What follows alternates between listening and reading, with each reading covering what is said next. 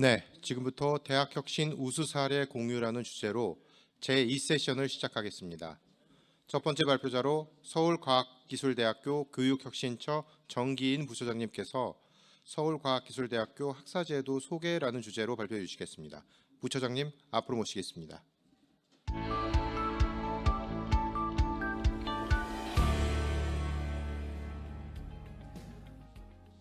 네, 안녕하세요. 서울과학기술대학교 교육혁신처 부처장직을 맡고 있는 정기인입니다. 네, 제가 이제 혁신 공유 사업 우수 사례의 첫 번째 발표 순서로 서울과학기술대학교 학사제도에 대해서 소개를 드리려고 하는데요. 그래서 저는 그 전공이 국문학이라 항상 이런 과제를 받으면 일단 그 개념부터 찾아봤습니다. 그래서 혁신이란 뭘까 보다가 혁신은 묵은 풍속, 관습, 조직, 방법 따위를 완전히 바꾸어서 새롭게 함 이런 뜻이더라고요. 사실 혁신 하는 게 뭘까 하고 보다가 오늘 뭐 한국외대, 국민대, 모든 고려대, 경희대 다 엄청나게 혁신을 하고 있다는 걸 새삼 깨닫게 되었습니다. 그래서 사실 저는 2020년에 그전엔 일본 국립대학에서 가르치다가 2020년에 한국에 왔는데 오면서 느끼게 된 게 정말 한국 대학들은 빠르게 바뀌고 있구나. 정말 안에 있을 때는 이게 당연히 한국이지라고 하실 수도 있지만 밖에 있다가 온 사람 입장에서는 정말 한국 대학들은 이 시대에 부응하기 위해서 정말 노력하고 있구나를 오늘 또 새삼 깨닫게 되었습니다. 그래서 저희는 그럼 우리 학교 입장에서는 어떤 점이 제일 어떤 묵은 제도나 조직을 바꾼 걸까라고 고민하다가 이 두 가지 에픽 졸업 요건제와 디스커버리 학기가 기존에 그러니까 저 같은 외부자의 입장 아니면 제가 대학 다닐 때와는 전혀 다른 혁신 사례구나라고 생각해서 이 두 가지를 내서 발표하도록 하겠습니다. 그래서 크게 보면 에픽 졸업 요건 제도와 디스커버리 학기 제도를 간단하게 설명드리도록 하겠습니다. 그래서 에픽이라는 거는 사실 에픽이라는 말뜻 자체는 원래 있는 단어죠. 서사시라는 뜻입니다. 서사시라는 거는 영웅이 어떤 영웅적인 일생으로 신 얘기도 나오는 뭐 호모의 일리아드나 오디세우스나 그런 걸 에픽이라고 하는데요. 사실 그 의미 자체는 없지만 저는 학생들한테 설명할 때나 저 스스로는 그런 에픽, 너 스스로가 되게 에픽이 되어야 된다 이런 의미로 생각하고 있습니다. 실제로는 ethical, practicality, ideal creativity 이런 세 가지 우리 학교의 인재상을 모아서 이걸 에픽이라고 하고 있는 것입니다. 윤리적 인재, 실천적 인재, 창의적 인재를 어떻게 만들까 고민해서 그것들을 일단 졸업 요건 속에 넣어보자라고 한 게 에픽 졸업 요건 제도입니다. 그래서 실제로 이 에픽 인재상을 갖춰 졸업하도록 장려하는 학사제도라고 할 수 있는데요. 이거는 기존에 제가 큰 혁신 사례라고 생각한 거는 일반적으로 대학교라고 했을 때는 교과, 그러니까 전공 과목이나 교양 과목을 듣고 수업을 듣고 졸업하는 이런 것들이 일반적인 사례로 여겨져 있습니다. 근데 지금 저희 경희대학교 학생분께서 발표하셨거나 아니면 국민대 학교 행정대학원 원장님이 발표하신 것처럼 지금 한국 대학에서는 이런 교과로 한정되지 않는 엄청나게 다양한 활동들을 하고 있습니다. 그게 기존에 그 교과서를 배우고 교실에 앉아서 배우는 그런 대학 수업과는 전혀 달라진 혁신 사례라고 할 수 있는데요. 저희는 그것들을 한데 일관되게 이제 관리하기 위해서 비교과 프로그램을 이제 에픽 졸업 요건 제도로 만들고 교과, 전공과 교양 과목을 들어야지 졸업할 수 있는 것처럼 비교과 프로그램도 저희가 체계를 나눠서 그거를 일정 이상 이수해야지 졸업할 수 있는 프로그램으로 만들었습니다. 그래서 그것을 에픽폴리오라는 시스템을 만들어서 이걸 비교과를 종합 관리하는 시스템으로 만들었습니다. 그래서 실제로 보시면 원래는 저희 직원분들은 사실 이거를 엄청나게 많이 이제 자랑스러워 하시고 소개했는데 제가 시간 관계상 짧게 했는데 이 에픽플리오라는 시스템 속에서 자기가 학생 입장에서 어떤 달성하고 있는지 자기가 이 핵심 역량 중 어떤 부분이 부족한지 그리고 비교과도 찾아볼 수 있고 이런 다양한 사이트를 구현했습니다. 그래서 실제로 이 사이트를 들어가 보시면 학생 입장에서는 자유롭게 알 수 있고 자기가 어떤 지점이 부족한지 어떤 지점이 많이 했는지 또 알 수 있습니다. 그래서 실제로 에픽 졸업 요건제 시행 방식은 2021학년도 이후 신입 학생에 이 적용되는 거고요. 편입 학생은 2023학년도 이후 편입한 학생들입니다. 그래서 구성 요건은 크게 보면은 세 가지로 나눠져 있는데요. 이걸 또 두 가지로 나눌 수 있습니다. 필수 요건과 선택 요건이 있고, 그다음에 면제 요건이 있습니다. 그래서 면제 요건은 이거를 달성하면 필수나 선택 요건을 달성하지 않아도 그 졸업 요건이 달성됐다고 보는 것으로요. 뒤에 설명드리겠지만 뭐 공무원 취직을 했다든지 아니면은 전문대학원에 취직을 했다든지 하는 것들이 되겠습니다. 이런 면제 요건을 달성하지 않은 학생들 같은 경우에는 필수 요건 한 가지 이상 달성하고 그 다음에 선택 요건에서 총점 700점 이상을 달성해야지 졸업하게 됩니다. 그러니까 교과와 마찬가지로 뭐 전공 몇 학점, 교양 몇 학점을 받아야지 졸업할 수 있는 것처럼 비교과도 저희는 특정 이상의 점수를 얻어야지 졸업할 수 있도록 만들었습니다. 그래서 필수 요건 같은 경우는 예를 들면 뭐 현장 실습, 교환 학생 및 해외 복수하기, 학술지 논문 게재, 외국어, 영어, 중국어, 일본어에 특정 점수 이상 받는다든지 뒤에 설명드릴 프락시스 디그리, 창업 관련 활동 중 이 중 하나를 반드시 이수해야지 졸업이 가능합니다. 그 다음에 선택 요건 중 일정 점수 이상을 채워야 됩니다. 인정 비교과 프로그램, 특허 출원, 학회 발표, 뭐 외국어, 공모전 전시회 입상, 자격증 취득 같은 이것 중에 하나를 점수를 채워야지 되는 겁니다. 그리고 아까 말씀드렸다시피 아예 면제가 되는 요건은 공직에 진출한다든지 전문대학원에 합격한다든지 전문 자격증, 뭐 변리사라든지 그런 전문 자격증을 취득하는 것을 하면 이제 면제가 되는 것입니다. 그래서 필수 요건이 되게 다양하게 나타나 있는데요. 아까 그 700점이 어느 정도 규모인지 좀 생각하시기 힘드실 것 같아서 예를 들면 학술지에 SCI급 주저자로 되면 400점을 획득하게 되는 겁니다. 뭐 KCI 등재지 주저자면 300점이고요. 또 저희 학교는 우리 학교는 장기 현장 실습이나 단기 현장 실습이 있어서 거기에 점수가 부여되고 있습니다. 그래서 이런 식으로 필수 요건 중 하나를 따게 되면 뭐 200점에서 400점 사이의 점수를 따게 되는 거고요.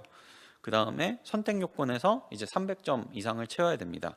그래서 공인 외국어 시험, 예를 들면 신 HSK 4급 이 정도는 사실은 열심히 공부하면 한 3개월에서 6개월 정도는 6개월 정도면 딸 수 있는 수준이라고 할 수 있습니다. 뭐 JLPT N3급도 마찬가지고요. 그래서 이런 것들을 한 300에서 400점 이상 따게 되면은 졸업 요건을 채우게 되는 것입니다. 그 다음에 면제 요건은 아까 말씀드렸고 이 뭐 필수 요건만으로 700점 이상 획득할 수도 있고 이런 외국어 시험은 입학일자 이후에 뭐 이런 식으로 기준이 있습니다. 그 다음에 이제 설명드릴 것은 우리 학교의 그 특징적인 디스커버리 학기라는 것입니다. 디스커버리도 말 그대로 디스커버리 채널이 있잖아요. 저희가 보통 사람들이 잘 모르는 데를 탐험하는 그런 데를 보여주는 채널인데 디스커버리 학기도 마찬가지의 취지를 지니고 있습니다.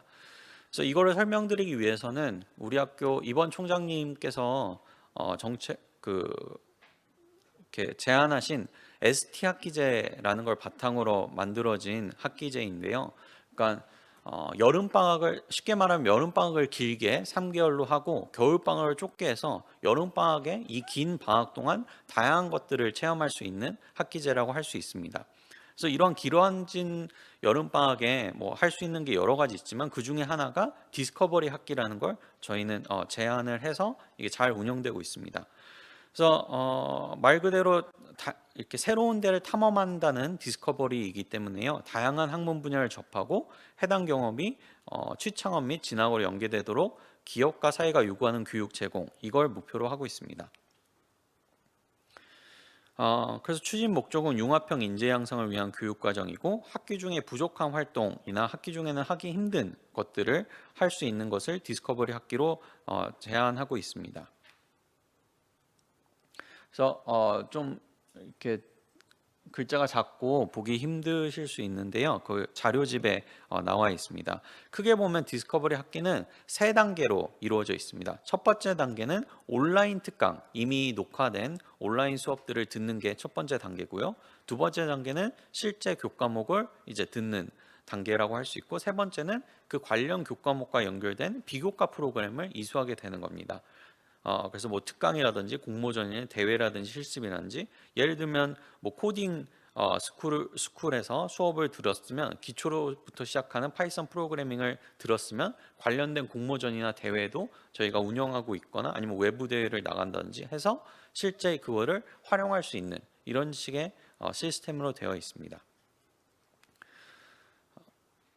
그럼 계절학기랑은 다른 점이 무엇냐? 라고 여쭤보신다면, 계절학기랑 일단 공통사항으로는 6학점 이내에 신청할 수 있습니다. 그래서 1학점당 수업 시간이 15시간 이상인 거는 동일합니다. 하지만 개설 계절학기 같은 경우는 보통 짧게 집중적으로 해서 뭐 하루에 4-5시간씩 집중적으로 이수해서 3주에 끝내잖아요. 하지만 디스커버리 학기는 7주 이상이 걸립니다. 앞서 말씀드렸다시피 1단계에 온라인으로 수업을 듣고, 그다음에 2단계에 실제 수업을 듣고, 3단계에 비교과 프로그램을 해야 되기 때문에 총 보통 8주 이상, 7주 이상, 8주 정도 걸리는 것으로 되어 있습니다. 그 다음에 일단 계절학기는, 학예 계절학기는 저희 같은 경우는 1학기 성적에 포함되고, 동계 계절학기는 2학기 성적에 포함돼서 따로 성적이 표기되는 게 아닌데, 디스커버리 학기는 이제 세 번째, 또 다른 학기라는 측면에서 세 번째 학기라고 할 수 있습니다. 그래서 디스커버리 학기라고 성적으로 별도 표기되고, 학생들에게도 뭐 저희 원래 취지는 내세울 수 있는, 난 디스커버리 학기 이런 어렵고 탐험 모험적인 걸 해봤다라는 걸 보여줄 수 있도록 별도로 표기됩니다. 그래서 수강 대상자 제한은 뭐 계절학기는 제한이 없는데, 이건 8월 졸업 예정자인 이유는, 이 8월 졸업 예정자는 수강 대상자 제한을 하는 이유는, 이게 실제로 8주 이상이 운영되고 성적 처리나 이런 것들이 시간이 걸리기 때문에 8월에 졸업하는 학생들은 들을 수 없는 것입니다. 그리고 성적 평가도 저희가 이제 다른 전공 수업을 듣는다는 건 학생들에게 좀 큰 부담이 될 수 있기 때문에 계절 학기는 일반 학기 평가 기준으로 하고 있다면, 디스커버리 학기는 좀 더 여유를 줘서 상위 상대 평가를 하고 있습니다. 그래서 뭐 수업 기간이나 신청 시기 같은 거는 있고요. 에픽 졸업 요건을 400점을 줘서 아까 말씀드린 되게 큰 비중을 차지하고 있습니다. 그 전에 하나만 더 설명드리자면, 저기 이 디스커버리 학기 안에 프락시스 디그리라는 것을 여기 프락시스 디그리라는 걸 둬서 실제로 디그리를 받을 수 있게 하고 있습니다. 프락시스 디그리는 회계, 프로그램, 인공지능 디자인, 뭐 항공문화 이런 식으로 프락시스 디그리가 있는데요. 이거는 9학점, 그러니까 아까 말씀드렸다시피 계절학기나 디스커버리 학기는 한 학기에 6학점을 받을 수 있기 때문에 2년 이상 시간을 투자한 학생들에게는 프락시스 디그리라고 디그리를 따로 부여하고 있습니다.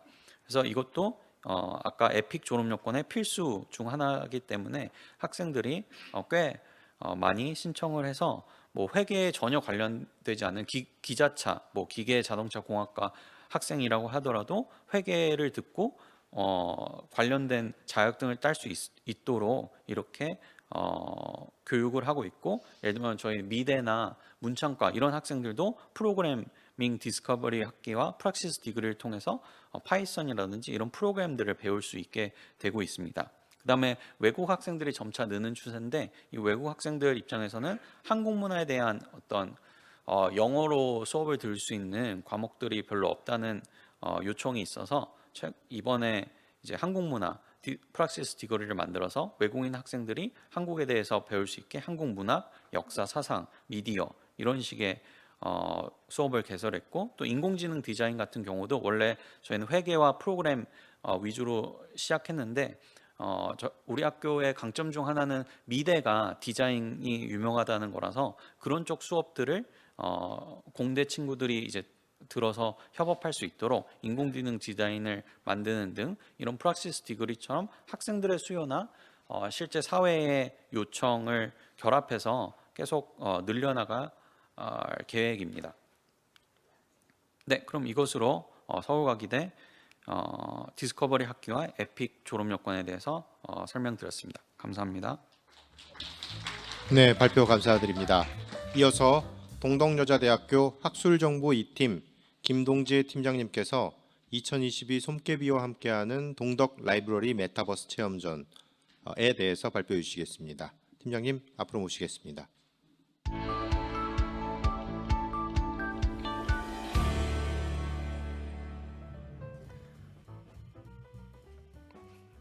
네, 반갑습니다. 소개받은 김동재입니다. 방금 전에 그 경희대학교 학생이 발표했던 것처럼 저희도 이 메타버스 구축 부분은 전공 연계형 프로그램에서 저희 문헌정보학과 동덕여대학교 문헌정보학 학생들이 같이 이제 참여해서 만들었던 프로그램이거든요. 학생의 목소리로 이 부분이 더 발표됐으면 좋았을 것이라는 생각은 들지만 오늘은 어쩔 수 없이 제가 소개해드리도록 하겠습니다.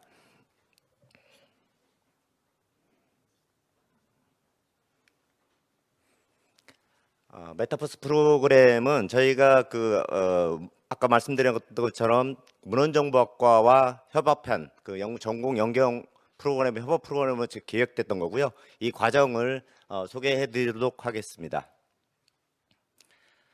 여러분들 대학 다닐 때 대학 도서관을 어떻게 명칭하셨나요?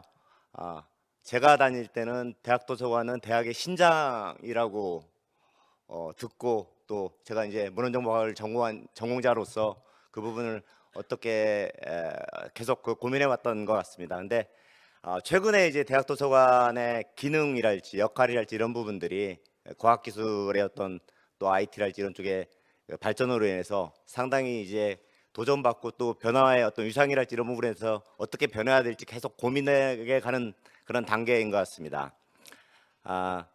실제 이제 대학기관은 그 모기관인 대학 본부, 대학의 교육의 목표와 인재상을 지원하고 또 동시에 이 시대가 요구하는 필수 역량인 창의 소통, 협력, 융합 등의 교육학습을 위한 공간을 재구성한달지 이러한 서비스들을 계속 다각화시키는 데 노력하고 있다고 생각합니다.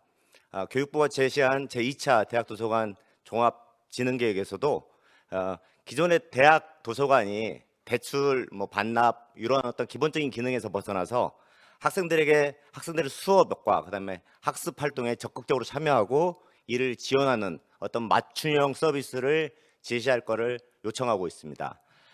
또한 대학 도서관은 기본적인 어떤 그 정보와 자료의 제공이라는 그런 기본 역량을 강화시키기 위해서 연구 단계별로 맞춤형 서비스를 또 제공해야 될 필요성을 느끼고 있습니다. 저희 동덕여대학교 같은 경우에는 여성 교육을 통한 교육 입국이라는 창학 정신을 가지고 있습니다. 동덕여대가 올해로 창학 113년이거든요.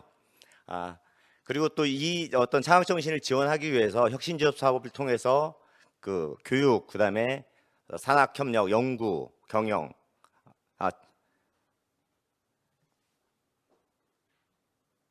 그다음에 평생교육 이 5가지의 혁신 과제를 가지고 혁신 사업을 진행하고 있으면서 도서관에서는 교육과 연구라는 2가지 핵심 주제에 대해서 지원을 하고 있습니다.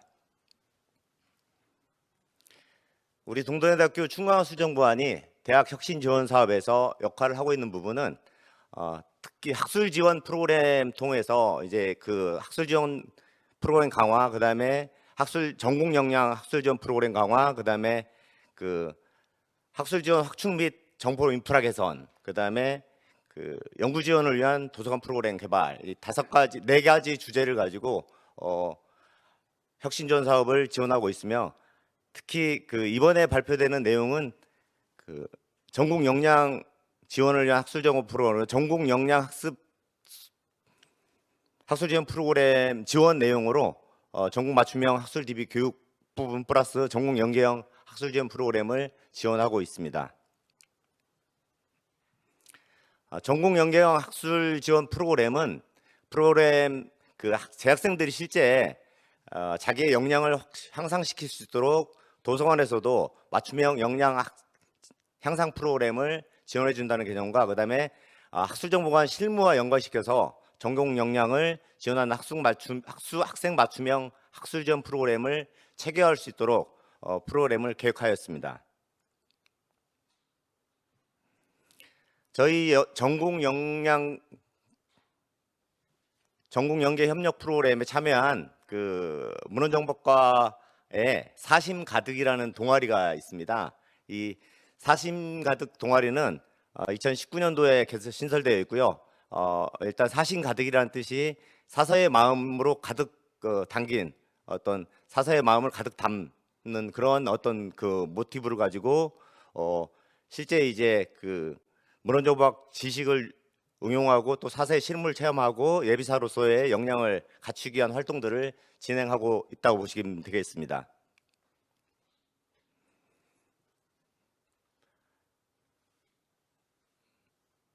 동대학교 문헌정보학과 사심가득 그 협력 프로그램 도서관 협력 사례를 보면은 실제 이제 지역 도서관들과 연계해서 다양한 활동들을 하고 있고요. 우리 또 대학 도서관하고 연계해서 저희 뭐 대학 도서관에서 운영하는 전자정보 박람회랄지 아니면은 각종 활동들에 참여해서 도움을 주고 있고요. 또 자체 활동으로서 다양한 그 학술부 활동들을 이어오고 있습니다. 저희 이제 그 사심가득 동아리와 같이 그 저희 중앙학술정보관에서 같이 이제 그 프로그램들을 기획하고 메타버스 구축 작업을 진행할 때 총 이제 그 네이버 웨이로를 통해서 이제 모임을 구축을 했습니다. 그래서 그 온라인상으로 한 11차례 회의를 갖다 같이 운영을 하면서요.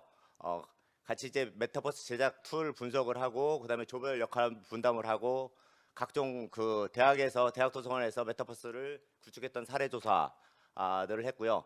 저희 이제 중앙학술정보관에서 학생들한테 이런 부분들을 메타버스로 구축했으면 좋겠다라는 요구를 제시했던 부분들은 이제 학생들과 같이 요구 분석을 하고 같이 이제 컨셉 아이디어 논의 및 이런 내용들을 같이 진행을 했고 그런 논의 결과 이제 그 동덕여대학교 동덕 ICC라는 공간이 있는데 이 공간을 배경으로 해서 메타버스를 구축을 해보자라는 이제 결론을 내고 이제 이거에 따른 오브젝트 제작, 그다음 맵 제작, 콘텐츠 설계 및 각 구역별 담당자들을 이제 학생들별로 나눠가지고 같이 담당자를 지적하고 그다음에 학생들이 작업한 제작 결과를 같이 이제 분석하고 하는 그런 과정들을 거쳤습니다.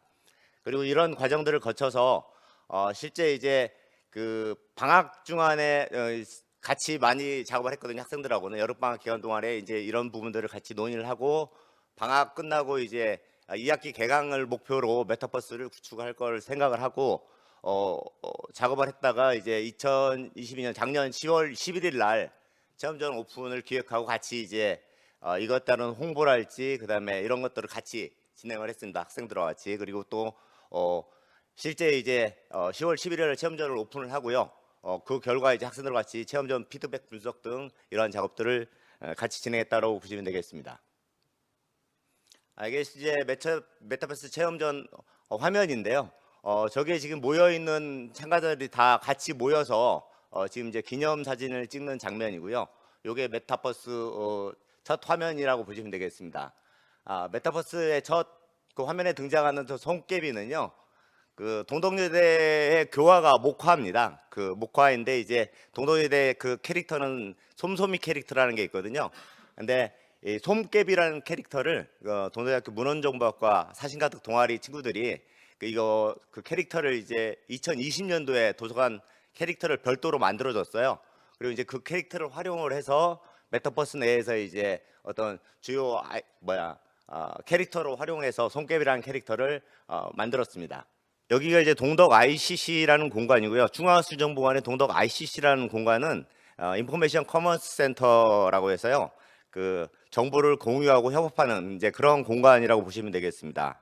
쉽게 얘기해서 창의학습 공간을 함축적으로 만들어 놓은 공간이라고 생각하시면 되겠습니다. 이 공간을 이제 그 각 층별로 함축화시켜서요. 동덕 ICC 탐방이라는 그 맵을 만들고 그 안에 이제 추천도서 쿠레이션이랄지 그다음에 학술 DB 홍보 및 교육 영상들, 그다음에 메모리얼 홀 영상 뭐 체험 코너, 그다음에 이 안에 또 이제 메타버스 정보 검색 대회를 이 안에서 이제 구현을 시켰습니다. 그리고 또 이 안에 보면은 다양한 뭐 인증사 남기는 학생들이 이제 들어와서 재미를 추구할 수 있는 그런 요소들을 같이 반영을 해놨고요. 이제 이쪽 코너에는 보면은 그 학생들이 이제 보물을 찾아라라는 코너를 만들어서 OX 퀴즈, 그다음에 미로찾기, 뭐 랜선 방탈출 게임 이런 것들을 통과를 해야, 그러니까는 이런 단계들을 통과를 해야 정보 검색 대회를 참여할 수 있는 자격을 주는 앞단 전 단계를 둬서 학생들의 흥미와 유도를 유도했다라고 보시면 되겠습니다. 그리고 이 부분은 저희가 이제 그 메타버스 체험전에 뭐 포스터랄지 그다음에 인스타그램이랄지 이런 것들을 작성을 해서 교내에 홍보했던 내용들이고요. 저희 체험전 행사가 작년 10월 11일부터 28일까지 진행됐었는데 이때가 한참 학생들이 이제 중간고사 기간이었어요. 그래서 그 상당히 힘든, 어떻게 보면 좀 그 체험전을 하기에는 좀 여건이 어려웠지만 기간 내에 이제 학생들이, 저희 대학 학생들 숫자가 한 7,000명 되는데 그 짧은 기간에 이제 많은 학생들이 참여를 하고 그다음에 또 미션을 달성을 하고 정보 검색 대회도 또 열심히 참여해 주셔서 학생들의 만족도는 저희 이제 그 만족도 조사에서 5점 만점에 4.847을 달성할 정도로 상당히 높은 만족도를 보여줬습니다. 그리고 이제 그 실제 메타버스 참가자들이 실시간으로 이제 채팅을 해놓은 화면을 지금 캡처를 해놨는데요. 뭐 그 중에 이제 하나의 내용들을 보면은 여기 이제 이것만 하고 2단계만 하고 내가 시험 공부하겠다 뭐 이런 내용들도 들고, 뭐 엄마 나 드디어 신세대 됐어, 뭐 메타버스 MZ세대가 됐어 이제 이러면서 메타버스에 한번 경험을 하고 이제 했던 어떤 그 감흥들을 학생들이 이제 후기로 남겨놨습니다. 저희가 이제 전국 연계 프로그램들을 했을 때 이제 앞으로 이제 전국 연계 프로그램들은 보면 어떤 식으로 또 계속 지속적으로 할 것인지를 고민을 해보면요.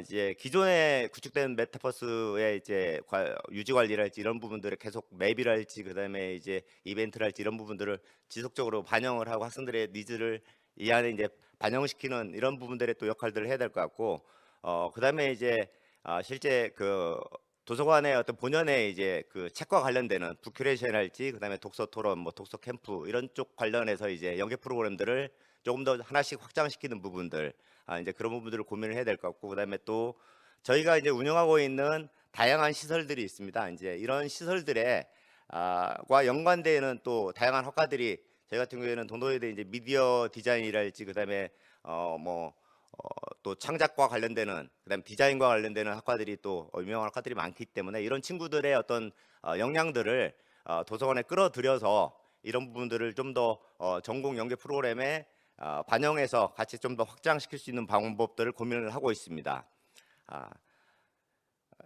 이제 결국은 도서관이라는 부분들은 제가 생각하기에는 실제 뭐 혁신지원 사업 마저도 학생들의 요구 사항들, 도서관에서 가장 핵심으로 삼는 부분들이 유저의 도서관을 찾는 이용자들의 심리, 마음을 얻는 거거든요. 결국은 혁신지원 사업의 성공 역시도 혁신지원의 주체가 되는 학생들의 만족도, 그다음에 이 부분이 가장 핵심이 아닐까 생각합니다. 저희 도서관에서도 이 전공 연계 프로그램을 통해서 학생들의 어떤 수업과 연계되는 어떤 가장 이런 부분들에 어떤 도움을 줄 수 있는 방안을 최대한 노력해서 찾도록 하겠습니다. 감사합니다. 네, 좋은 발표 감사드립니다. 다음은 마지막으로 서울시립대학교 건축학부 임준성 학생께서 학생기획평가단 운영 우수 사례 발표에 대해서 발표해 주시겠습니다. 앞으로 모시겠습니다.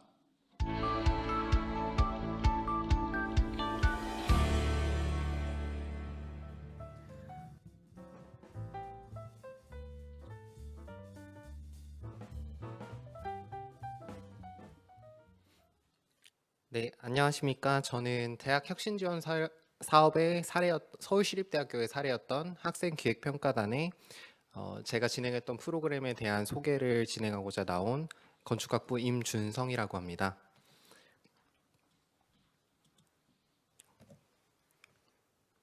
네. 먼저 제가 어떤 경험을 했는지와 그런 경험을 바탕으로 대학 혁신 지원 사업에 대해 어떤 생각을 가지고 있었는지부터 제가 진행했던 대학 혁신 지원 사업이 어떤 사업이었는지 그렇게 두 가지를 소개해 드리려고 합니다. 먼저 저의 이야기를 조금 들려드리려고 합니다. 저는 19년도에 전역 이후에 입시 학원에 교재를 집필하는 팀에서 취직이 일찍 되어서 먼저 사회생활을 좀 경험했습니다. 그런 경험 이후에 건축이라는 전공을 살려서 제가 전공했던 한옥과 목구조를 이용해서 경주에서 사업을 하고자 하였고, 그렇게 갔던 경주에서 우연한 기회로 전통주에 대한 기회를 제공받아서 현재는 경주에서 전통주를 알리고 직접 양조와 칵테일을 제조하는 그런 업무를 맡아서 진행하고 있습니다. 그래서 이렇게 다양한 분야에서 제가 사업을 진행해보고 실제 사회에 나와 보았을 때 이 학생들이 어떤 분야에 있어서 겪는 경험들을 세 가지 단계로 분류할 수 있다고 생각했습니다. 먼저 첫 번째로 다양한 분야를 경험하고 이 분야에서 취미 활동 정도의 깊이로 많은 시간을 할애하지 않고 체험 활동을 진행하는 취미 활동 단계가 있을 것 같습니다. 그 뒤로 활동 경험을 바탕으로 어떤 분야를 확정 짓고 그 분야에 대해 조금 더 고차원적인 경험을 진행하는 진로 탐색 단계가 있다고 생각했습니다. 끝으로 이러한 경험을 바탕으로 실제 실무에 뛰어들고 사회에서 이 분야에 대한 업을 가지고 활동하는 진로 실현 단계가 있습니다. 이런 진로 실현 단계까지 계속해서 업무를 진행해 보았을 때 반드시 사회에 나와서 홀로 서는 활동은 반드시 필요한 일이지만 이게 굉장히 외롭고 힘든 일이었다고 생각합니다. 반드시 필요한 일이면서도 서포트를 받았다면 더 높은 위치에서 더 좋은 시작을 할 수 있었다고 생각하며, 그래서 저는 교육이 이렇게 단계를 거쳐 올라갈 수 있도록 지원할 수 있어야 된다고 생각하게 되었습니다. 취미활동 단계에서 조금 더 깊은 관심을 하기까지에는 현재의 비교과 교육으로도 충분했지만 그 이후에 진짜 실무를 경험하기까지에는 활동을 장려할 수 있는 제도들이 필요하다고 생각했습니다. 이런 생각을 바탕으로 교내에 돌아왔을 때 제가 생각하기에 제가 경험할 수 있는 활동들은 이런 모양이었습니다.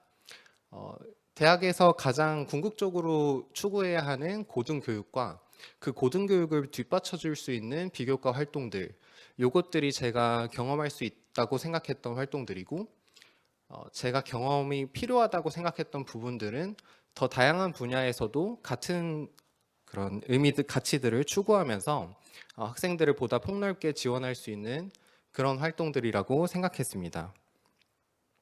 그러던 중 우연히 발견한 포스터입니다. 학교에서 우리가 듣고 싶은 수업, 우리가 참여하고 싶은 수업이라는 키워드로 직접 교과목을 만드는 프로그램을 제시한다는 사실을 우연히 발견했고, 저는 고민도 하지 않고 이 프로그램에 바로 참여하게 됩니다. 이 프로그램의 이름 자체가 학생기획평가단이었는데요. 지난해가 4회차 프로그램이었지만 앞선 3회차 프로그램까지는 학생들이 교과목을 평가하는 형태로 진행되었고, 지난해 최초로 학생들이 직접 프로그램을 기획하고 만들어 볼 수 있게 지원을 해주셨습니다. 이렇게 발대식과 오리엔테이션에 참가하는 것으로 시작을 했는데요. 이 오리엔테이션 당시부터 다른 프로그램과는 좀 다르다고 생각을 했습니다.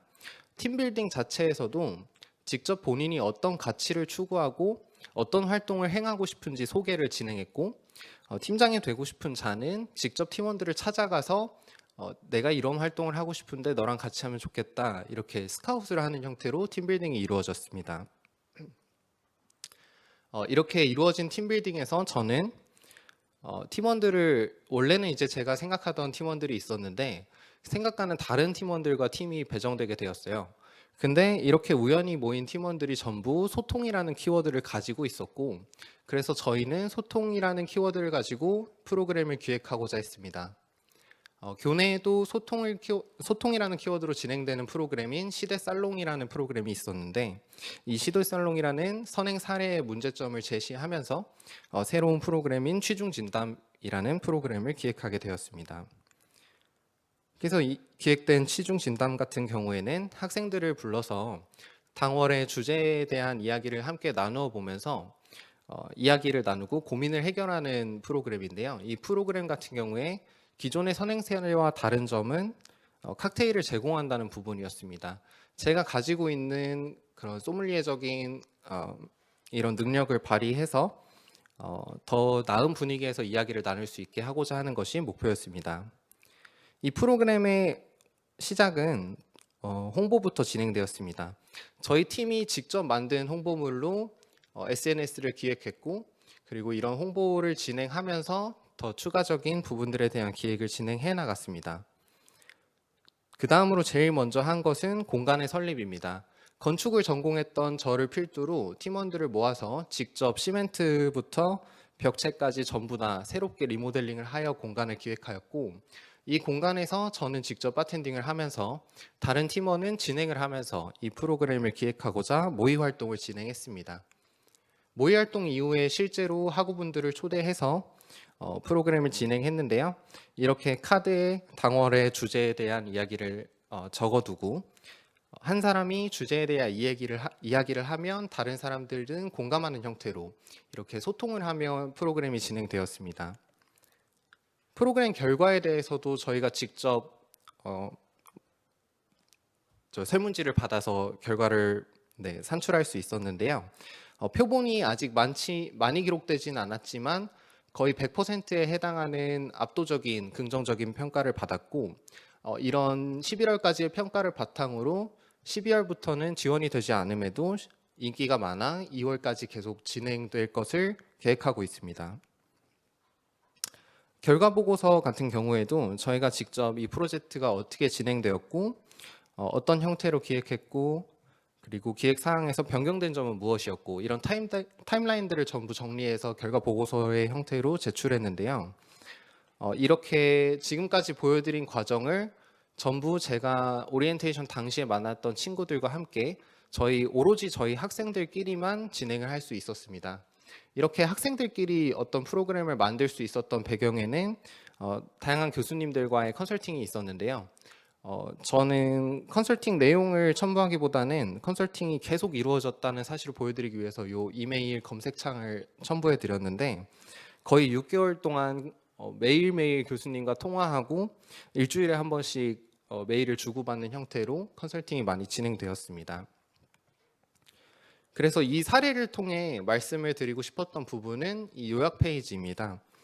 저는 사업을 처음 경험하면서 되게 몰랐던 부분도 많았고 그럼에도 정부 지원 사업을 나가면서 배우는 부분이 되게 많았는데 이 부분들이 제가 진행했던 프로젝트의 타임라인을 보았을 때 굉장히 비슷한 형태로 닮아 있음을 알 수 있었습니다.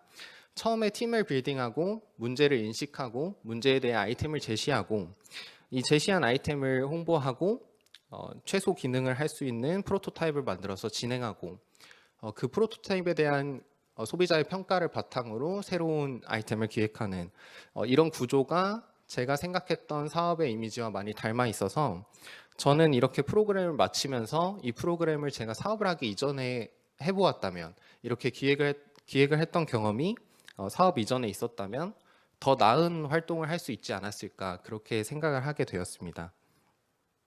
추가적으로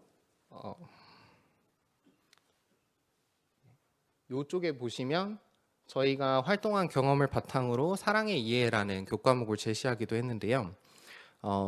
이 취중진담이라는 프로그램이 고민상담 같은 프로그램이다 보니까 학생분들이 오셔서 사랑에 대한 이야기를 많이 나누시는 것을 알 수 있었고 그거에 대한 후기를 바탕으로 이 교과목을 제시할 수 있었습니다.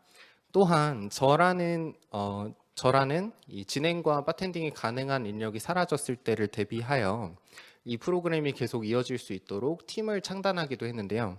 현재는 학생 기획평가단에서 활용했던 이름 PW와 동일하게 팀이 만들어져서 학교에서 직접 바를 운영하고 양조장을 운영하는 형태까지 이루어지고 있습니다. 그래서 제가 드리고 싶었던 말씀은 대학 혁신 지원 사업을 직접 경험해본 피교육자의 입장에서 대학 혁신 지원 사업이 앞으로도 참여자를 기준으로 능동성을 장려하는 형태로 진행되었으면 좋겠다는 말씀입니다. 이렇게 말씀을 전달드리며 발표를 마치겠습니다. 감사합니다. 네, 이로써 제2세션의 발표가 모두 마무리되었습니다. 이어서 1세션과 같이 질의응답을 진행하겠습니다. 질의응답을 위해 제2세션 모든 발표자분들은 단상으로 나와주시기 바랍니다. 네, 질의응답 시간을 시작하도록 하겠습니다. 먼저 제1세션과 동일하게 우선 현장 질문을 받겠습니다. 질문이 있으신 분들은 손을 들어주시기 바랍니다.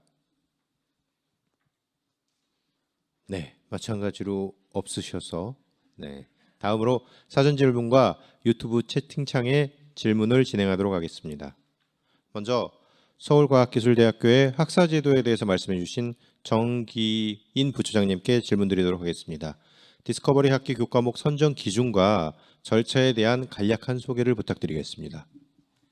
네, 디스커버리 학기가 처음 만들어졌을 때는 그 앞서 말씀드린 것처럼 ST 학기제에 부응할 수 있는 새로운 시스템을 만들기 위해서 TF팀이 꾸려졌고요. 학교의 다양한 구성원 들로 된 TF팀에서 사회와 또 학생의 요구에 맞춰서 디스커버리 학기 교과목을 처음에 설정을 했고, 그 이후에는 다양한 이제 아까 말씀드린 것처럼 한국 문화라든지 외국인 학생들의 요구, 그다음에 뭐 우리 학교의 강점인 디자인과 다른 공학을 연결시켜 보자는 그런 요구들에 맞춰서 계속 개선되고 있습니다. 그래서 구체적으로는 위원회가 3개가 있는데요. 디스커버리 학기 운영위원회, 그다음에 교양 교과목 운영위원회, 그다음에 교육과정 통합위원회, 이것들을 거치면서 그런 요구들을 반영하고 취지에 살려서 교과목들을 만들고 있습니다. 네, 감사합니다. 다음으로 메타버스 체험전에 대해서 발표해 주신 김동재 팀장님께 질문 드리도록 하겠습니다. 메타버스 체험전의 효과와 운영 과정에서 아쉬운 점이 있었다면 혹시 말씀해 주시면 감사하겠습니다. 네, 메타버스라는 부분이 메타버스 플랫폼을 제공하는 이제 국내 뭐 제페토랄지 아니면은 게더타운이랄지 뭐 제비랄지 이런 쪽에 그 관련 기술 그 안에서만 이제 저희가 구현할 수 있는 기능들이 제공이 되다 보니까 어떻게 도서관에서 핵심적으로 제공하는 어떤 정보 검색이랄지 아니면 이북 등의 어떤 자료 대출이랄지 이런 기능들을 바로 이제 메타버스와 연계시킬 수 없었던 부분이 조금 아쉬웠던 내용이었던 것 같습니다. 이런 부분들은 결국은 이제 메타버스 기술과 함께 저희 쪽이 같이 결합될 부분이라고 생각합니다. 네, 감사합니다. 세 번째로 학생기획평가단 운영에 대해서 말씀해 주신 임준성 학생께 질문 드리도록 하겠습니다. 프로젝트를 진행하면서 좋았던 점과 아쉬웠던 점, 그리고 학교에 바라는 점 등에 대해서 말씀 부탁드리겠습니다. 네. 제가 프로젝트를 진행하면서 가장 좋았던 점은 저희의 의견을 온전히 받아들여 주셨다는 부분입니다. 저희가 어떤 활동을 기획했는지에 대해 딱히 묻지도 않으시고 오로지 컨설팅만을 진행하시면서 저희의 의견이 온전하게 표현될 수 있도록 해주셨던 부분이 가장 감사하고 좋았던 부분입니다. 아쉬웠던 부분도 분명히 존재했는데 타 대학 학생들이 저희의 프로그램에 참여를 하고자 하는 의사를 굉장히 많이 보이셨습니다. 그럼에도 저희가 타 대학 학생들을 받을 수가 없었고 이런 부분들을 저희가 활동이 끝난 뒤에 저희 팀 독단적으로 이거를 새롭게 대학 연계 프로그램으로 만들자라는 이야기가 오가고 있는 상황인데 학교에 바라는 점이 있다면 이러한 방향성을 채택해 주시어 저희가 대학이 연합된 형태의 활동도 진행할 수 있도록 해주시면 더 좋은 활동이 될 수 있을 것 같습니다. 감사합니다. 네, 추가 질문을 좀 몇 개 드려도 괜찮다면 먼저 정기인 부처장님께 한 가지만 더 질문을 드리도록 하겠습니다. 프락시스 디그리 선정 기준이 무엇인지가 매우 궁금한데요. 코딩, 인공지능 관련 온라인 특강과 프락시스 디그리의 관련 특강 등의 차별점에 대한 설명을 좀 부탁드리겠습니다. 네, 그 코딩, 그러니까 프락시스 디그리는 항상 어원으로 따지자면 프락시스는 실천이라는 뜻입니다. 그래서 실천적인 인재 상에 맞게 어떤 것들을 먼저 할까 하다가 이제 회계, 인공지능 이런 것들이 다양한 전공들과도 결합이 쉬워서 프락시스 디그리로 만들었고요. 그 아까 말씀드린 인공지능이나 그 기타 회계 스쿨, 코딩 스쿨 같은 것과 공유하고 있습니다. 1차는 공유하지만 프릭시스 디그리는 말씀드린 것처럼 9학점 이상을 따야지 디그리를 주는 거고, 디스커버리 학기에서 뭐 코딩 스쿨에서 하나를 듣는다 하면은 그런 1차 온라인 수업들은 공유하고 있어서 같은 거라고 말씀드릴 수 있습니다. 네, 추가 질문 드린 김에 김동대 팀장님께도 하나 더 질문 드리도록 하겠습니다. 이번 메타버스 체험존 외에 향후에 메타버스 활용 프로그램 계획이 있으시다면 간략히 소개 부탁드리겠습니다. 메타버스 같은 경우에는 실제 이제 학생들이 그 메타버스에 다시 재방문하는 게 가장 중요하거든요. 이제 그런 부분에서 가장 중요한 요소는 학생들의 흥미를 유발할 수 있는 재미 요소와 함께 이제 그 안에서 학생들이 공감대를 형성할 수 있는, 그러니까 도서관만의 어떤 이제 도서관만이 제공할 수 있는 메타버스의 어떤 서비스라는 부분들을 고민을 해서요. 저희 같은 경우에는 이제 북큐레이션이랄지 아니면 독서 토론이랄지 아니면은 그 안에 독서 캠프랄지 이런 어떤 공간들을 책과 연관되는, 그리고 또 학생들이 같이 깊이 공유할 수 있는 그러한 아이템들을 개발을 해서 계속 반영할 생각입니다. 이상입니다. 네, 감사합니다. 다들 2개씩 질문을 드렸는데 임준성 학생에게만 안 드리면은 서운하실 것 같아서 하나 더 드리도록 하겠습니다. 소개해 주신 취중 진담에 대해서 아주 흥미롭게 잘 들었습니다. 그런데 그 외에도 다양한 활동이 있어 보이는데 다른 프로젝트들에 대해서 간략하게 소개 부탁드리겠습니다. 처음에 오리엔테이션 당시에 저희가 팀빌딩을 했다고 말씀드렸는데, 저와 같이 좀 예체능적인 분야를 하는 원하는 학생들도 많았고, 교과목에 대해서 선배와 이런 멘토링을 진행한다든지, 아니면 건축적으로 설계 수업을 하는 데 있어서 우드락을 줄일 수 있는 방법에 대해 연구하고 싶다든지, 이런 재미있는 전공과 연계된 주제를 가지고 온 학생들도 많았습니다. 그래서 다른 팀 같은 경우에는 이런 전공에 대해서 연계된 프로그램을 많이 진행했던 것 같습니다. 감사합니다. 네, 감사합니다. 이로써 제2세션의 질의응답 시간을 모두 마무리하도록 하겠습니다. 질의응답에 성실히 임해주신 분들께 다시 한번 감사의 말씀을 드립니다. 발표자분들은 자리에 착석해 주시기 바랍니다.